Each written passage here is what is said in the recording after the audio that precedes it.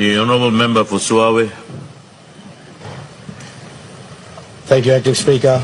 I too want to contribute to this important debate on the budget. Mr. Acting Speaker, I take note of the comments made by my esteemed colleagues in supporting the budget and in providing guidance for how we can improve. I just basically want to start by saying, Mr. Speaker, that there's a real need for Treasury and the government to really look at what's happening at the micro level, as the Honourable Governor of East Sepik mentioned. There's a big disconnect into the impact that we're feeling at the rural districts, in the settlements, on the fringes of the peri-urban parts of the cities, and this is because of failed implementation of the budget.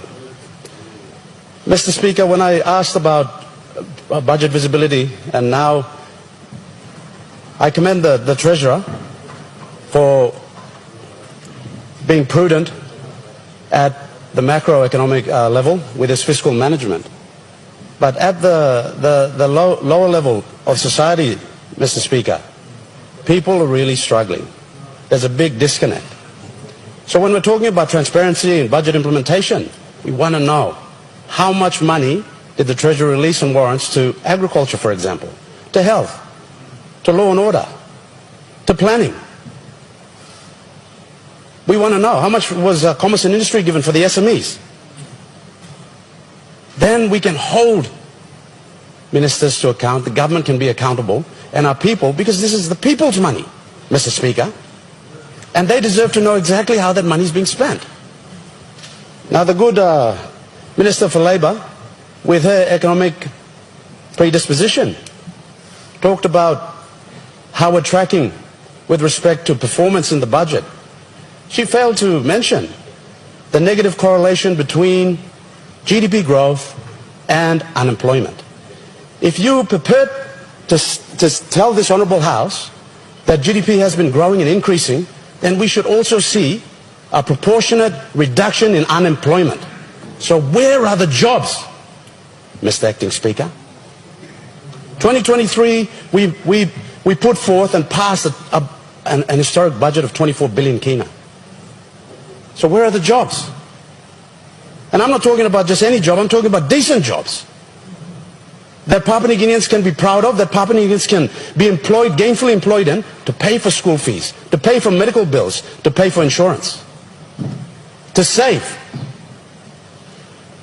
When we're talking about GDP, we're talking about four components of GDP. We're talking about consumption, we're talking about government spending, we're talking about investments and net exports. This is a very, very important document because it talks about the government's money plan and our contribution to overall GDP. It's serious business. But the Treasurer has to start to move away from this habit of measuring the economy on GDP. We've got to get down to the granular level. We've got to talk about per capita income. We've got to talk about jobs. We've got to look at the national savings rate of Papua New Guinea to demonstrate how much savings is taking place in the country to reflect the economic health of the country. China's national savings rate is 45%. The last measurement of the national savings rate in Papua New Guinea was 1.65% in 2017. Papua New Guineans aren't saving. Businesses aren't saving. We're not creating a conducive environment. So how can we promote investments in the country, Mr. Speaker? This is not happening. If we're talking about how people are suffering in terms of, let's look at the tax, inflation. Consumer price index is over 5%. We've got GST at 10%.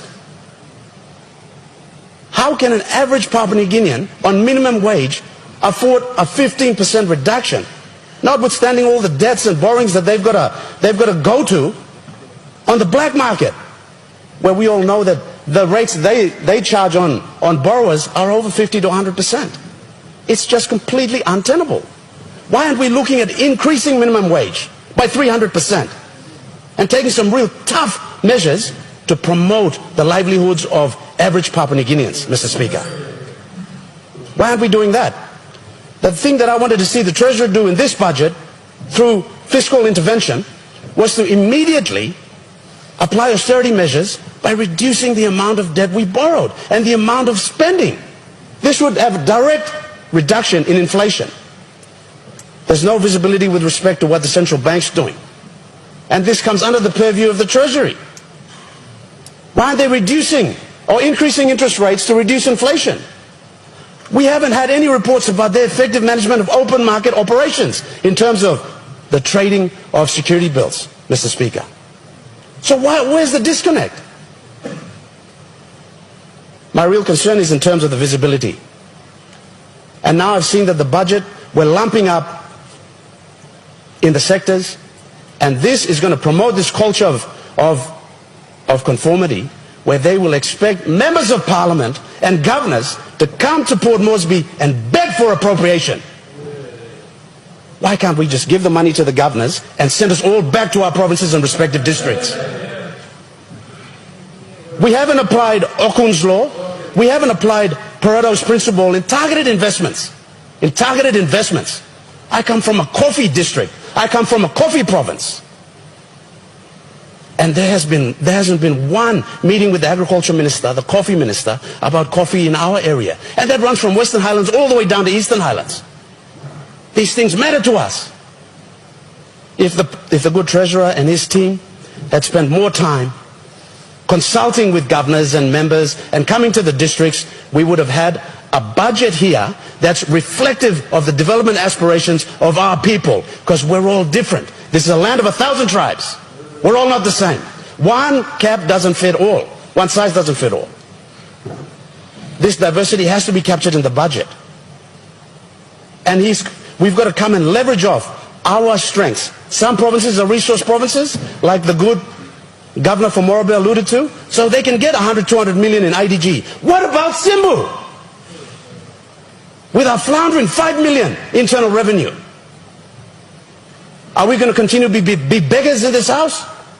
In the 2024 budget?